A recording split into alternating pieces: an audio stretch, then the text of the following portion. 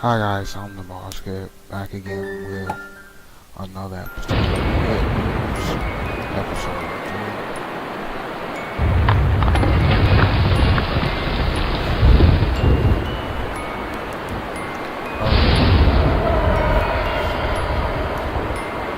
And this is quite loud. Let me just lower it. Okay, now it's a bit loud.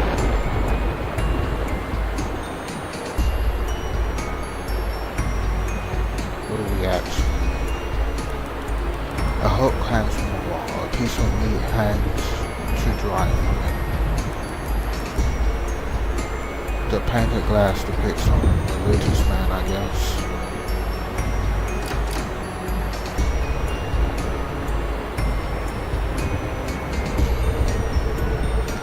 Okay, we already don't know what we're doing.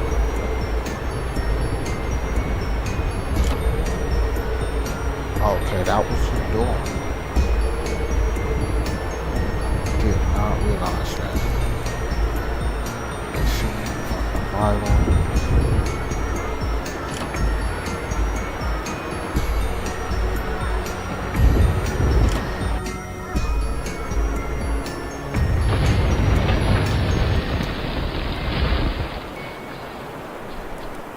Another one.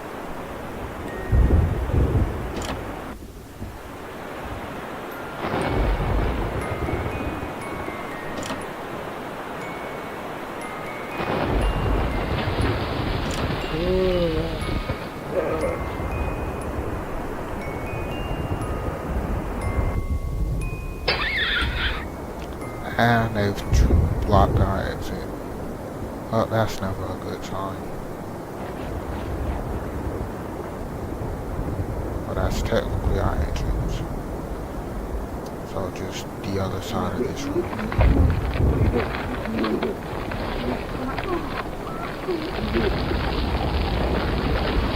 Oh, well, we are actually trapped in there. Unless we will get out in a quicker fashion. And my screen is completely done. We're somewhere else now.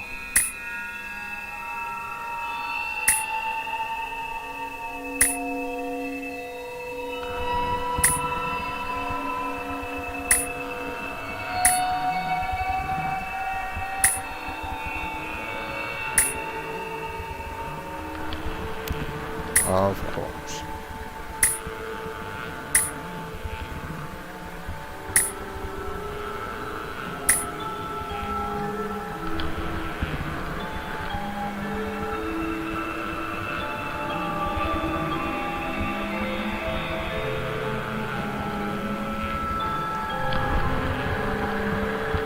How many times are really gonna make us walk this path again?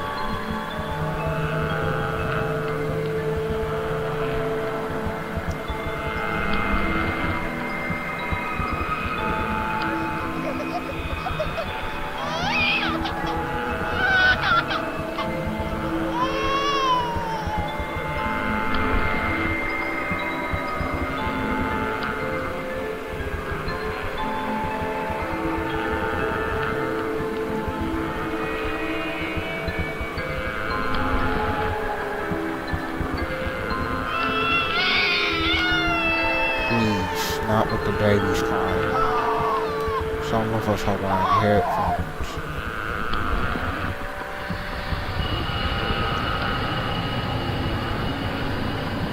Okay, now they're doing a bit more than crying. They're surrounding us. Great time to wake up, by the way, from your nightmares.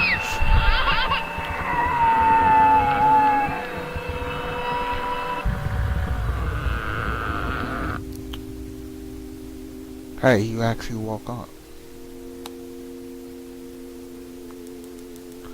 My greatest fears were realized in the winter. The days grew short and the longer nights merely provided their threats with more opportunities. It was a difficult time for my family. My grandmother, a wonderfully kind and gentle woman, had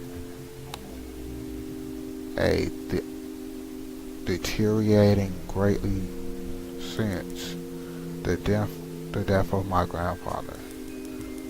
My mother was trying her best to keep her in the community as long as possible. However, dementia is a cruel and degenerative illness robbing a person of their memories one day at a time. Soon she recognized none of us, and it became clear that she would need to be moved from her house to a nursing home. Before she could be moved, my grandmother had a particularly difficult few nights, and my mother decided that she would stay with her. As much as I loved my grandmother and felt nothing but anguish at her illness, to this day I feel guilty that my first thoughts were not of her, but of what my nightly visitor may do should it become aware of my mother's absence. Her presence being the one thing which I was sure was protecting me from the full horror of this thing's reach. I rushed home from school that day and immediately wrenched the bed sheets and mattress from the lower bunk, removing all of the slats and placing an old desk, a chair of drawers, and some chairs which kept in the cupboard where the bottom bunk used to be.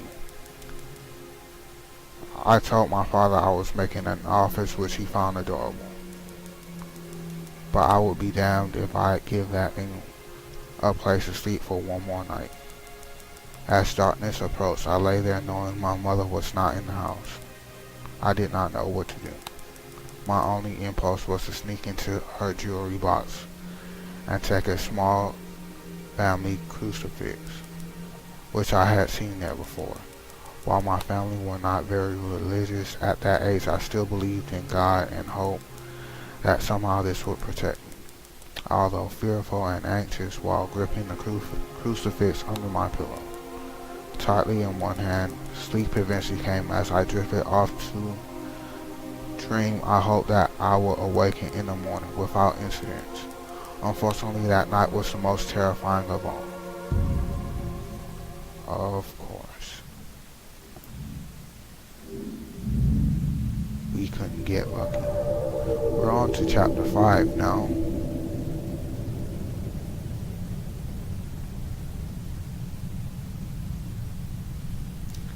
Save, yep, pretty much.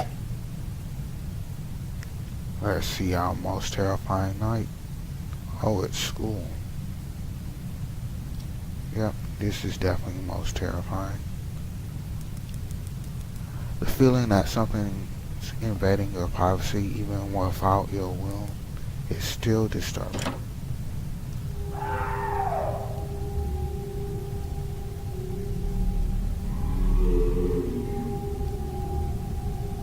Shall we follow that thing? We will follow that thing.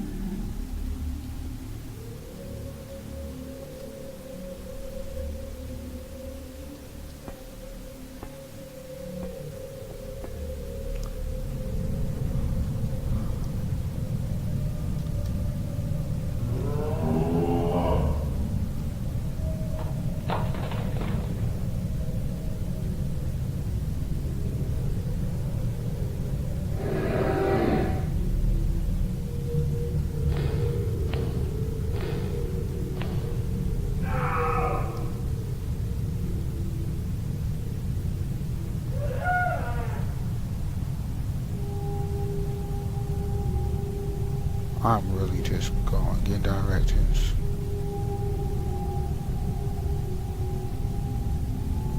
Never been this way. We can't go that way.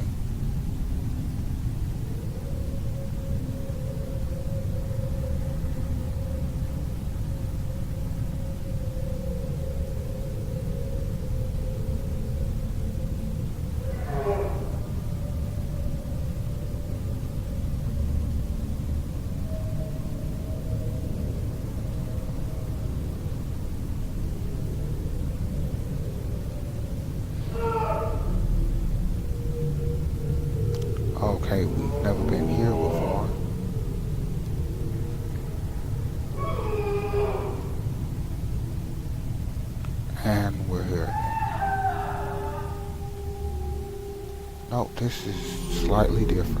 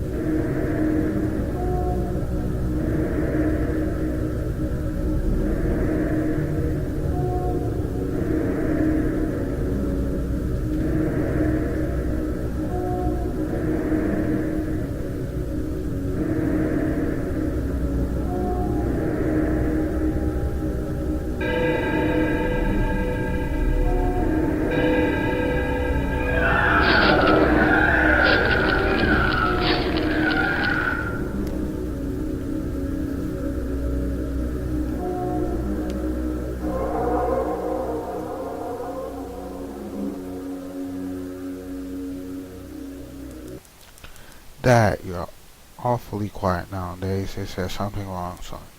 Nothing. Are you sure? Is there something wrong with your new room? Are you lonely without your brother? No. Alright then.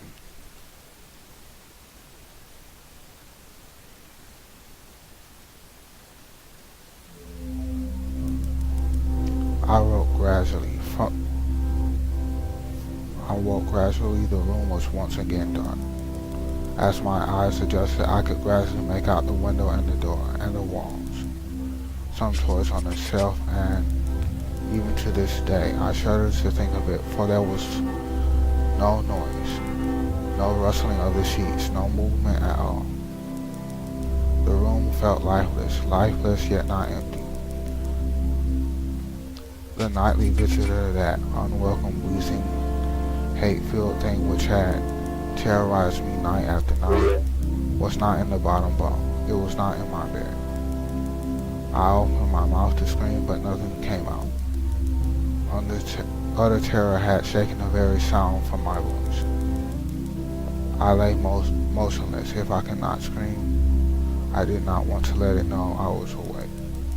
I had not yet seen it. I could only feel it. It was obscured under my blanket.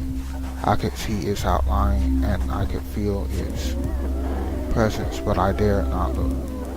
The weight of it pressed down on top of me, a sensation I will never forget.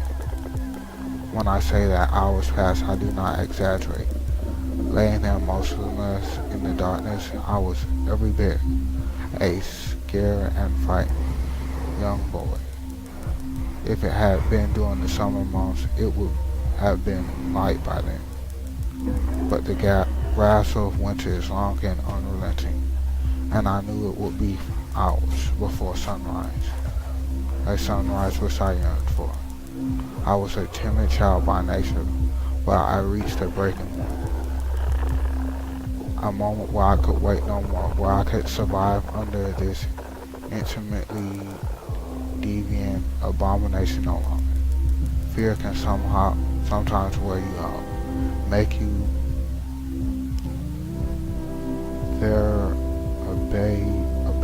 a shell of nerves, leaving only the slight trace of you behind. I had to get out of that bed. Then I remembered the crucifix. My hand still lay under the pillow, but it was empty.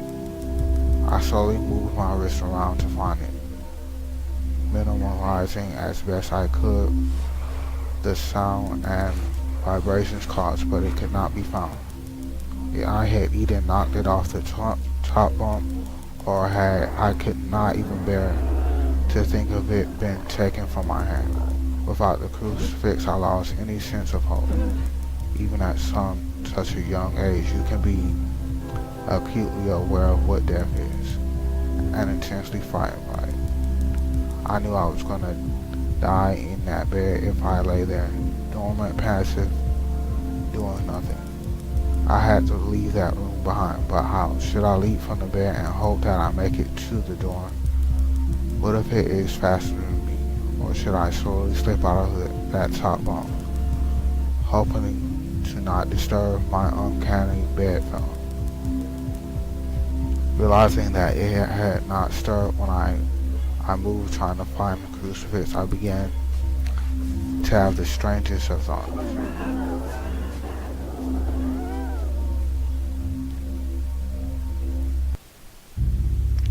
And we're on to chapter 6.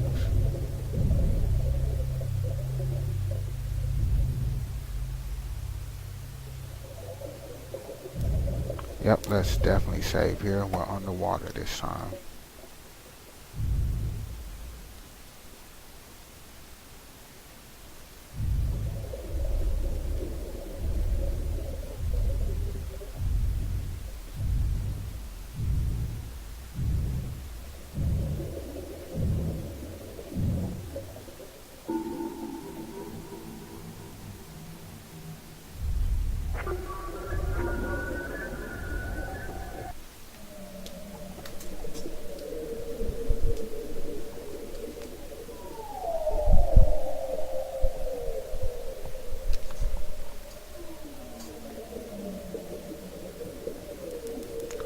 Drain water and remove diving gear.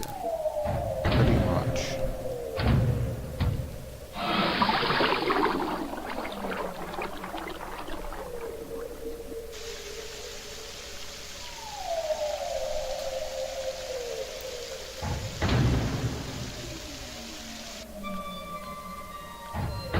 His dad is really strange.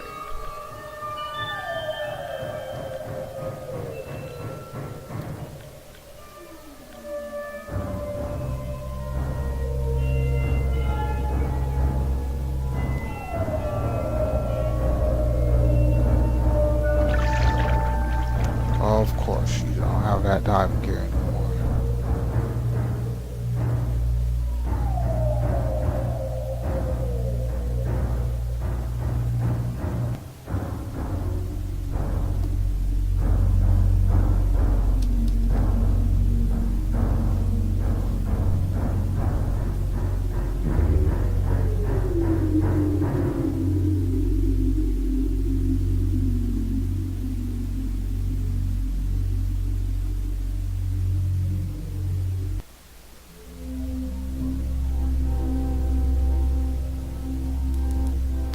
What if it was What if it was asleep? It hadn't so much as breathed since I had woken up. Perhaps it was resting, believing that it had finally got me, that I was finally in its grasp. Or perhaps it was toying with me after all it had been doing just for that, countless nights. And now with me under it, pinned against my mattress with no mother to protect me. Maybe it was holding off, savoring its victory into the last possible moment, like a wild animal savoring its prey. I tried to breathe as shallowly as possible, and mustering every ounce of courage I could. I reached over slowly with my right hand and began to peel the blanket off. What I found under those covers almost stopped my heart. I did not see it, but as my hand had moved the blanket, it brushed against something. Something smooth and cold, something which felt unmistakably like a gaunt hand. I held my breath in terror as I was sure it must now have known that I was awake. Nothing. It did not stir. It felt dead. After a few moments, I placed my hand carefully further down the blanket and felt a thin, poorly formed forearm. My confidence and almost twisted sense of curiosity grew as I moved down further to a disproportionately larger bicep muscle. The arm was outstretched, lying across my chest, with the hand resting on my left shoulder as if it had grabbed me in my sleep. I realized that I would have to move this cadaverous appendage if I even so much as hoped to escape its grasp. For some reason, the feeling of torn, ragged clothing on the shoulder of this nighttime invader stopped me in my tracks. Fear once again swelled in my stomach and in my chest as I recoiled my hand in disgust. At the touch of the only straggled, oily hair, I could not bring myself to touch his face, although I wondered to this very day what it would have felt like. Dear God, it moved.